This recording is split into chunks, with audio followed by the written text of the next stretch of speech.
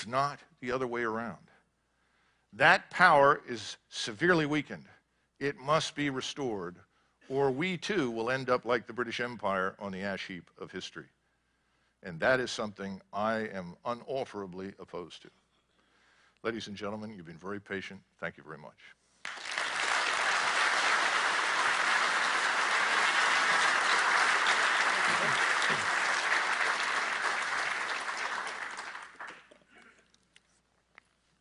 I'd like to open it up to questions. Up here, ma'am.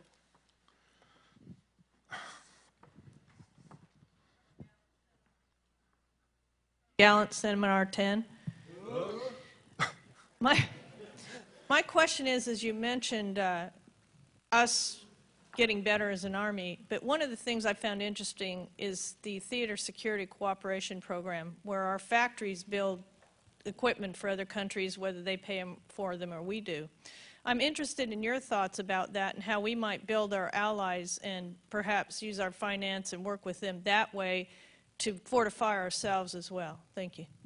Well, that's a good question. Right now, unfortunately, we subsidize a lot of the military equipment that we sell to others, which I think is a mistake. And I would not do that, if at all possible. When I described what is emerging in Northeast Asia, that's very important. You are going to see something that everyone thinks is impossible. You're going to see a Korean-Japanese military alliance. It's going to emerge. That alliance, given the scientific industrial capacities in those two countries, the high quality of education and technical competence in those populations, is going to present an enormous challenge to China. And that is coming. Is something we should welcome, by the way, and accommodate. It is not something we should fear or try to suppress. And that can be part of this limited liability partnership that I discussed earlier. Now, when it comes to our equipment, we still enjoy a profound lead in certain areas, a lead which no one has been able to capture. We are still the leader in theater missile defense. Our capacity for hit-to-kill is better than anyone else's. I think we probably reached the end of the hit-to-kill capability, and the future belongs to directed energy, but for the moment, our hit-to-kill is better. Our radars are better. They are interested in those things, and they will buy those things. And it is in their interest to maintain the secrecy associated with the technology that resides in those capabilities. So those opportunities are going to grow in the future. You know, I would disclose something to you that I mentioned the other day, and I thought the admiral I was talking to would have a coronary on the spot, but I said, you know, why don't we think about turning 2 carrier battle groups with all its equipment over to the Japanese in return for forgiveness of a substantial portion of our debt? To the Japanese? I said, yes, they're allied with us. This is not 1943 or 44 or 45. The Japanese would love to have that capability because of their concerns about China. Now, I don't expect that would happen, but my point to you is that we build lots of things that lots of people are going to need, and the more our footprint is scaled back, the less obvious we are militarily, the less willing we are to subsidize others, to pay for their defense, and to defend them, the more willing they will be to invest in the technology that we have that they can't reproduce. So I think there's an opportunity there. Now, other parts of the world are different, and you obviously have lots of people who are now looking at different kinds of military equipment. I can tell you right now that the Puma is going to outperform the Bradley in foreign military sales.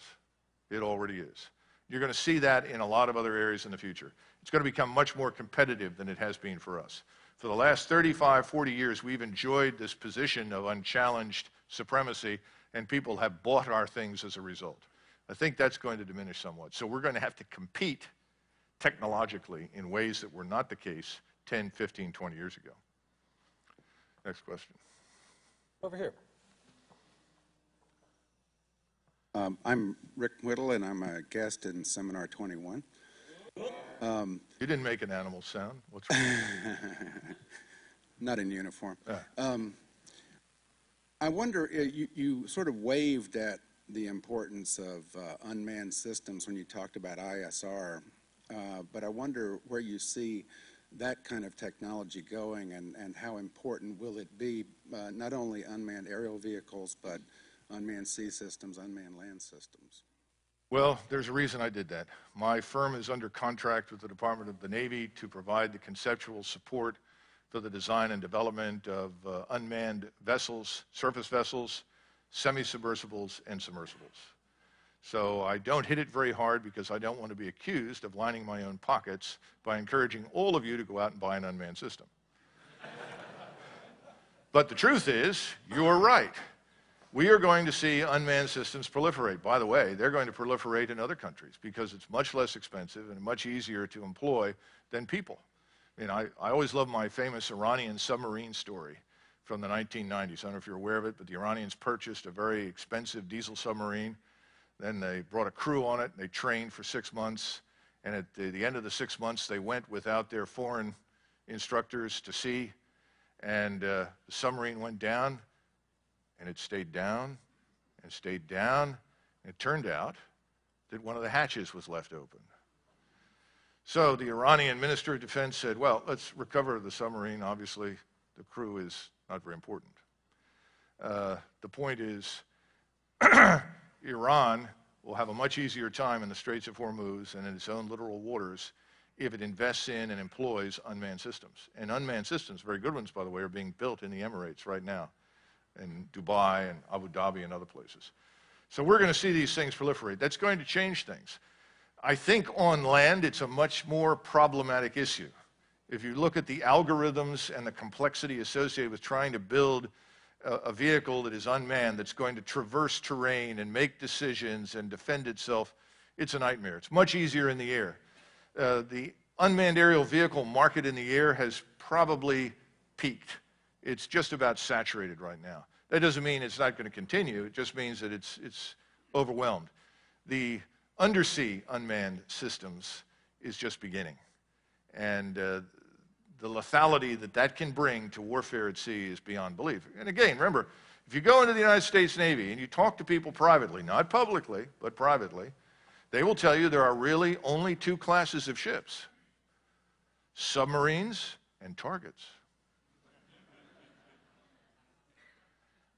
And I would tell you that your attack submarine fleet is the single greatest concern that China has today.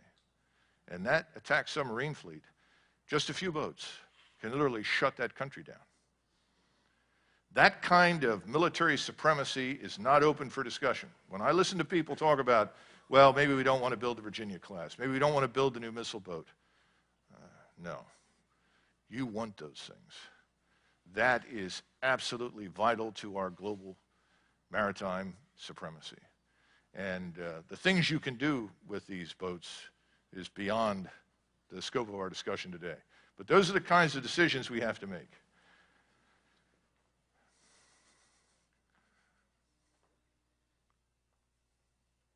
Art Lofton, guest of Seminar 20. The vision that you articulated about the suite of systems integrated and seamless across the board, if you care to comment on the changes that have to occur in the acquisition cycle to enable that? Well, first of all, I don't think I said seamless.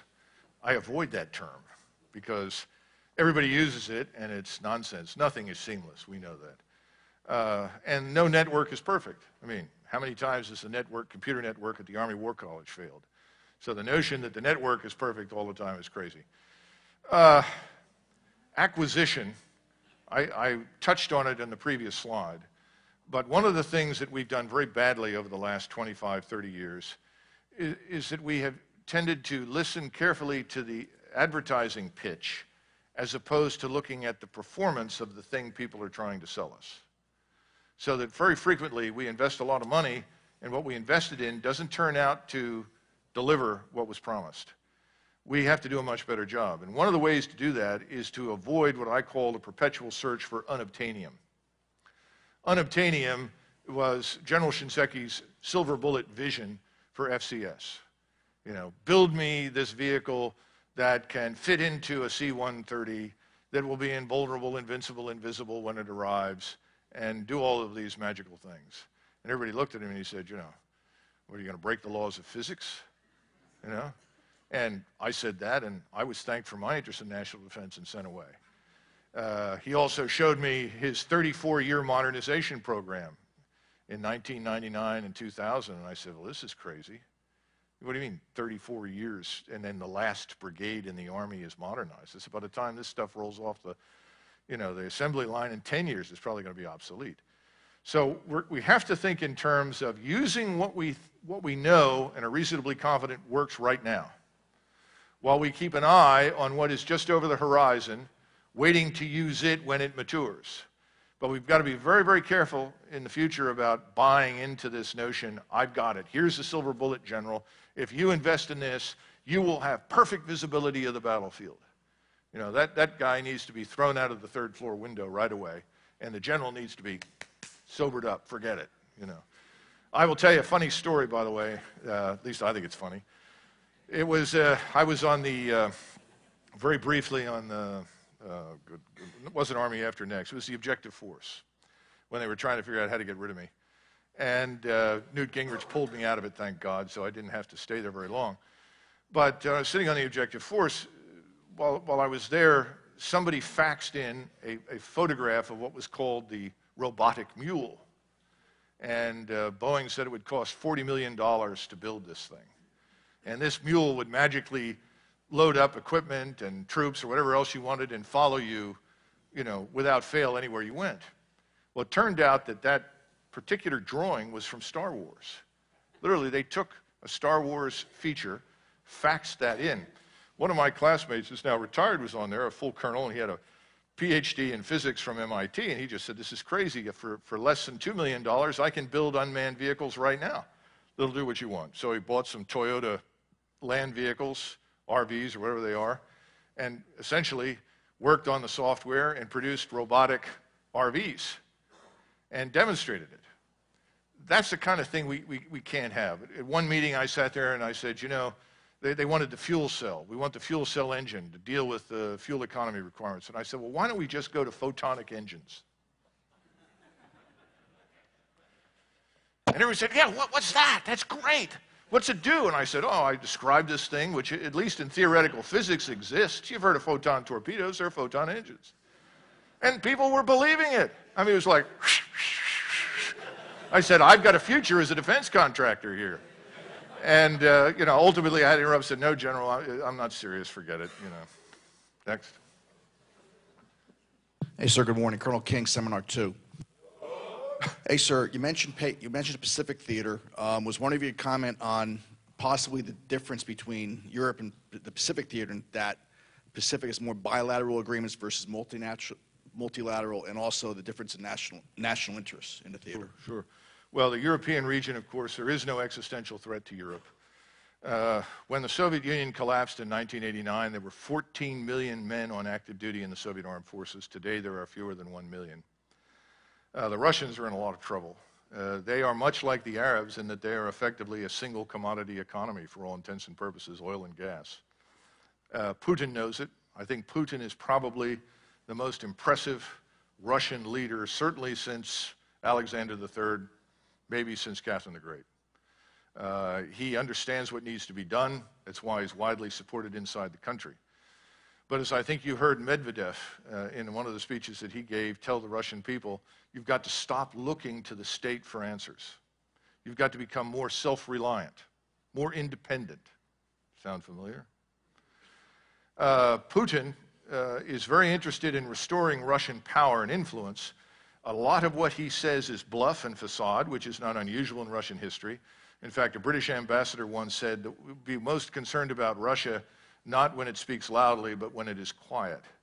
Because when it speaks loudest, it has the least to offer. Right now, Russia has very little to offer. If you look at the operation in Georgia, that was a Chinese fire drill. And the Russian army's in a lot of trouble. But he's got problems there because they can't attract the talent into the army right now. People don't want to do it, so you're not getting top flight talent. And he's still stuck with some Soviet legacies. So there is no threat to Europe. And the focus militarily in Russia is entirely on its southern border. Anyone who thinks that the Russians are not concerned about Iran is crazy. They absolutely are. And the Russians are not like us. They'll make it perfectly clear to the Iranians, if you plan to use that thing,